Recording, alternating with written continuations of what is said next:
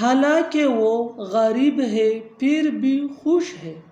حالانکہ میں بہت پڑھتا ہوں پھر بھی فیل ہوتا ہوں. حالانکہ تم بہت تھکے ہوئے تھے پھر بھی کام مکمل کیا. حالانکہ وہ امیر ہے پھر بھی کنجوس ہے. ان جملوں میں ہم بول رہے ہیں حالانکہ. اس کے لیے آپ کو یوز کرنا ہوگا انگلش میں دو یا although.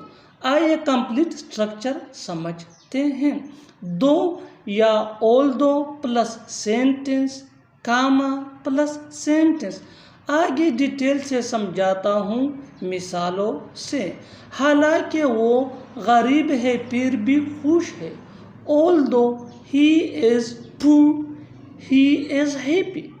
Although he is poor, he is happy.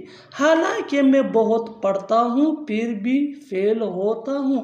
Do I study a lot, I failed.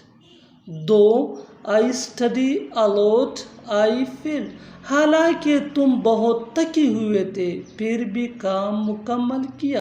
Though you were so tired, you completed the work. Though you were so tired, you completed the work. حالانکہ وہ امیر ہے پھر بھی کنجوس ہے.